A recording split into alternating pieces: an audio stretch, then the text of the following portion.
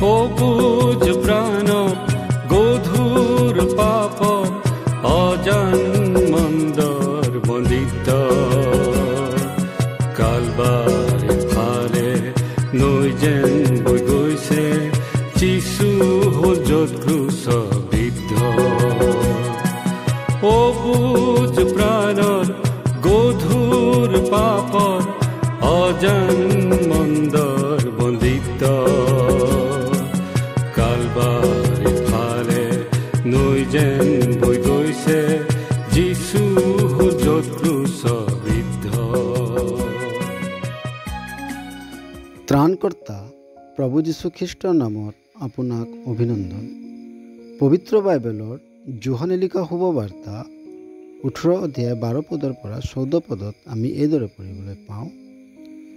তেতিয়া সৈন্যদল সেনাপতি আৰু যিহুদীবিলাকৰ টেকেলাবোৰে যীশুক ধৰি বান্ধি প্ৰথমতে হাননৰ ওচৰলৈ লৈ গ'ল, কিয়নো তেওঁ সেই বছৰত মহাপুৰোহিত হোৱা কাইফাৰ শ্বশুৰেক আছিল। যি কাইফাই যিহুদীবিলাকক এই পৰামৰ্শ দিছিল যে লোকসকলৰ নিমিত্তে এজন মানুহ মৰাই ভাল, সেইজন এওঁৱেই।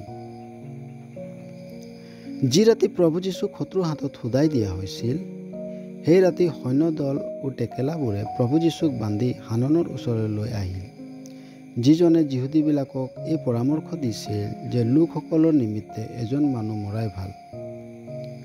এইজন হানন নিজেই এজন মহাপুৰোহিত আছিল, যাৰ ওপৰত সমুদায় ইজৰাইল জাতিৰ আত্মিক উন্নতিৰ দায়িত্ব আছিল। তেওঁক সমগ্ৰ ইজৰাইল জাতিৰ হৈ ঈশ্বৰৰ সন্মুখত মিনতি কৰিবলৈ মনোনীত কৰা হৈছিল, আৰু তেওঁৱেই এই ভৱিষ্যবাণী কৰিছিল যে লোকসকলৰ নিমিত্তে এজন মানুহ মৰাই ভাল, অৰ্থাৎ কোনোবা এজনে লোকসকলৰ নিমিত্তে বলিদান হ'ব লগা আছে।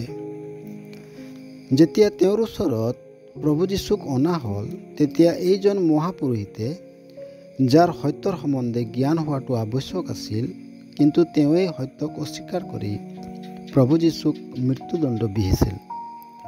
মানুহৰ সন্মুখত যেতিয়া শুভবাৰ্তাৰ জৰিয়তে ঈশ্বৰৰ সত্যপথক উপস্থাপনা কৰা হয়, তেতিয়া বহুতেই পাপৰ বাবে প্ৰভু যীশুক, ঈশ্বৰৰ সত্যক আৰু তেওঁৰ পৰিত্ৰাণক অস্বীকাৰ কৰে। কোনোবাই এইদৰে কৈছে যে সত্যক অস্বীকাৰ কৰা হেতুকে তেওঁলোকে স্বৰ্গৰ দুৱাৰৰ পৰা নৰকলৈ উভতি গ'ল। ধৈৰ্য আৰু বুদ্ধিমত্তাৰে আপুনি আপোনাৰ বাবে নিৰ্ণয় ল'বলৈ ঈশ্বৰে আপোনাক সহায় কৰক। ধন্যবাদ।